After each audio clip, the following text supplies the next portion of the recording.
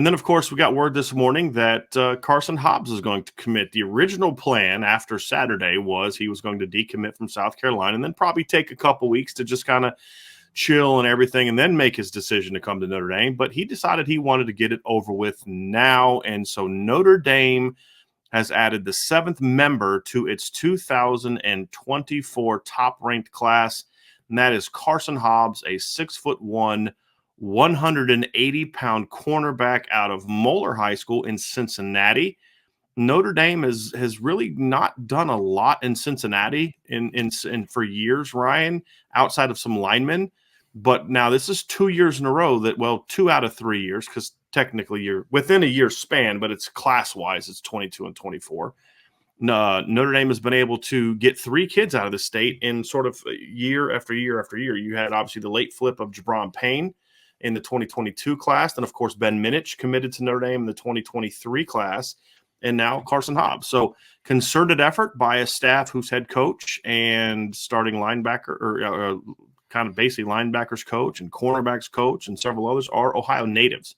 It's very important for Notre Dame to do well in Ohio, especially the city of Cincinnati, Ryan. So on top of that, got a pretty good football player. Carson Hobbs obviously committed to Notre Dame. This has been an interesting recruitment, Ryan, because this is a kid that was a South Carolina commit that really jumped on Notre Dame's radar over the summer, and things kind of went pretty quickly from there.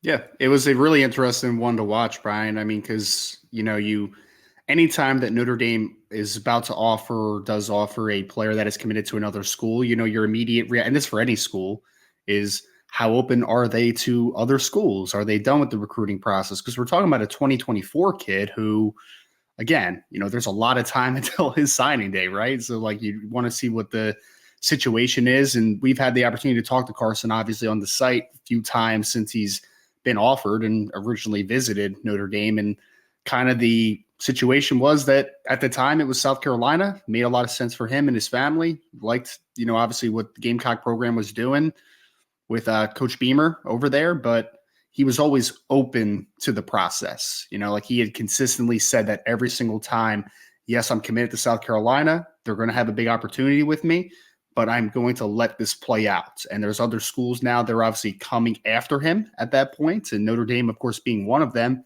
That presents a really awesome opportunity for him. So after this past weekend, what we were hearing over the weekend, we kind of expected it kind of going into the weekend that if things went really well, this one probably could escalate very quickly. And like you said, he decommits shortly after the visit. I checked in with him, right after he decommitted just to see if he was doing okay. Because I know that could be a tough decision for a lot of kids sometimes, but he was just like, oh man, I'm great. I'm good. I'm like, oh, well, I know what that means, sir. Thank you for letting me know. So obviously got the word. It's a really interesting pickup, a big opportunity for Notre Dame to get into the state of Ohio. Like you said, Ohio State is the Midwest power, right? And Ohio obviously produces a lot of good football players. So going into the state and getting a kid that you obviously like, that was an SEC caliber player, just a couple days ago, right? So big opportunity for Notre Dame, good football player, obviously in Carson Hobbs. And I think the fit makes a lot of sense from all standpoints. And Notre Dame's able to really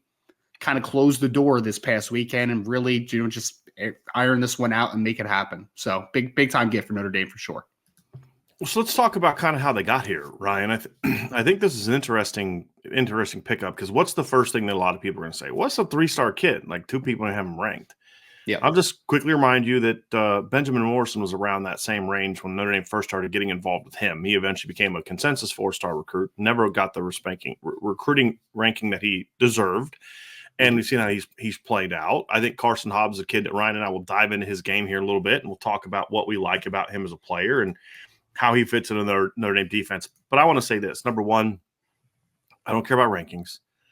Number two, I think this is a kid that fits what Notre Dame is looking for in a lot of different ways. And number three, if there is one coach on this staff that from a recruiting evaluation and development standpoint, not just at Notre Dame, but over the course of his career has earned the right, has earned the right to get the benefit of the doubt. There's 2 guys on the staff to me that when they offer a kid, my go-to reaction is to trust it. And now, of course, we're going to give honest assessment of kids and players and things like that. But that's Harry Hiestand on offense and Mike Mickens on defense. And this doesn't just talk about Notre Dame. We're talking about going back to Nick Johnson at Bowling Green, who was a second team all MAC kid as a true freshman. We're talking about Sauce Gardner. We're talking about Kobe Bryant. And of course, what he's done in Notre Dame, he took a position group that was a major concern depth and talent wise when he got here.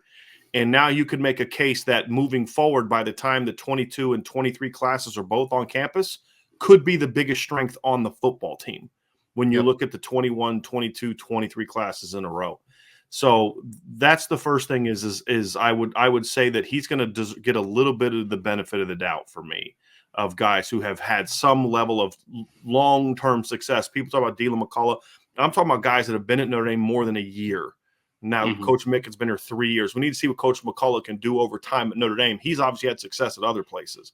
But we've seen Coach Mickens do that here multiple times, and that's kind of the thing where you have to say, look, this guy has more than earned a little bit of the benefit of the doubt for him to go after a kid this early. Yep. I mean, it's said perfectly, Brian. I mean, just think about who are Notre Dame's two best outside corners right now, right? Like you have a kid that was a wide receiver to start his Notre Dame career. You have another kid who was a really underrated recruit and was coming in. And I mean, Benjamin Morrison has a very good opportunity this year to be a freshman All-American. Like he's played to that level of football. He better be. Well, some people that aren't super impressed, Brian, by our conversations in the past, but it's a conversation for another day.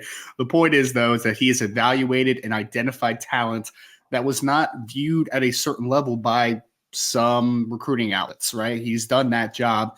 And I mean, Tariq Bracy was even a kid, and obviously I'm not talking about recruiting side here, but I'm talking about development side, right? And that identifying talent. Tariq Bracy was a kid that lacked confidence a couple years ago, right? And he has now transformed him into one of the best nickelbacks in all of college football as well. So identifying and developing talent, Mike Mickens has proven that he deserves that level of respect. He deserves that level of leeway to, hey, even if maybe you aren't the biggest fan of a recruit, even that he brings in, I'm going to give him the benefit of the doubt and see what they look like on campus, right? Like he has to earn that right.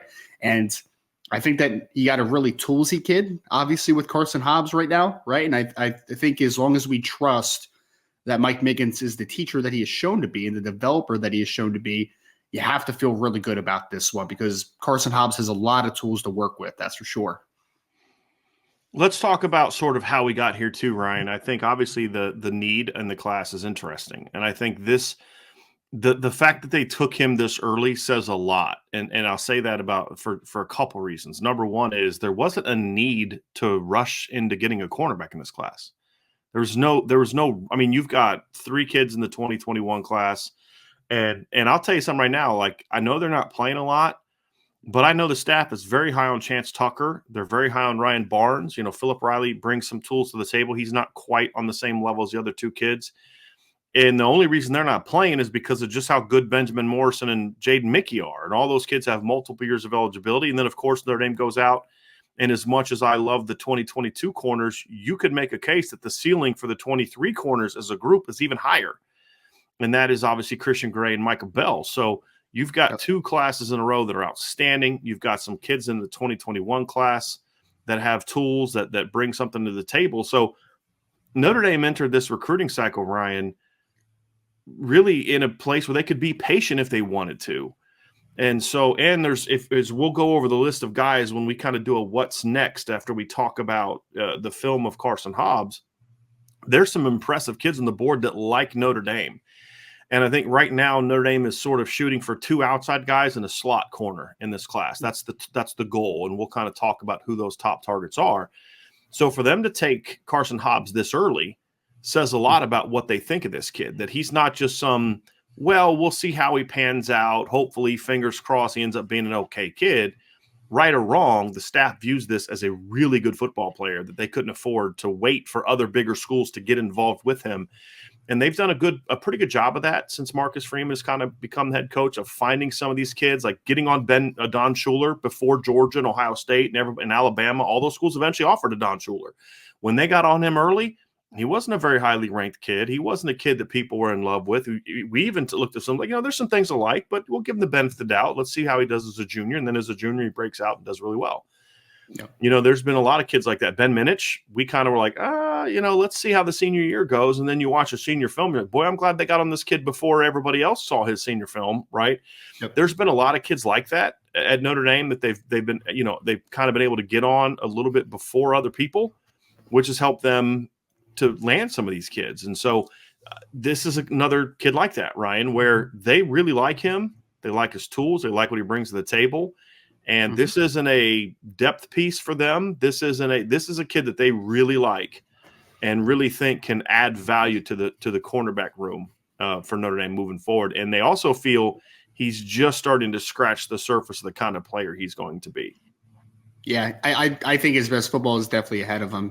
One exciting thing for me, Brian, is it wasn't too long ago where the depth at cornerback at Notre Dame was not something that you really wanted, right? Like it just was not a great situation. You always had 1 to 2 good cornerbacks. Like even think back to like the Troy Pride, Julian Love tandem, right? But the minute those types of guys would get injured or, would be, some type of durability stuff, then you're like, oh, well, who's the next option up, right? Like going into next season, I mean, you have guys like Christian Gray and Micah Bell coming in that are just going to fight to try to be the fourth corner on this team, third or fourth corner. Like that's how deep this cornerback group has gotten. And I think that for me, you're betting on tools with a kid like Carson Hobbs, right? Like you see all the tools there for him to develop into a really good outside corner. I mean, he's got the length, 6 foot, 6'1". He's got the ball skills and he's got the all around athleticism that you need to be a successful player. But I think the really fun thing is that Bishop Moeller asked him to do a lot of things on the offensive side of the football too, right? And that wide receiver background, it's hard to not think a little bit of Cam Hart, right? Because you look at him and you're like, what best part of Carson Hobbs' game, in my opinion, is his ability when he's in phase and he's in kind of the right body position is he attacks the football in the air and he's got really good ball skills for a kid that is his length. So as a potential boundary corner or maybe to the field, I don't know. We'll see kind of how it shakes out. Kid's got a lot of things that you want at the cornerback position and stuff that already Coach Mickens has shown that if he has those types of tools to work with, he has turned some talented football players into good cornerbacks so far in his Notre Dame career.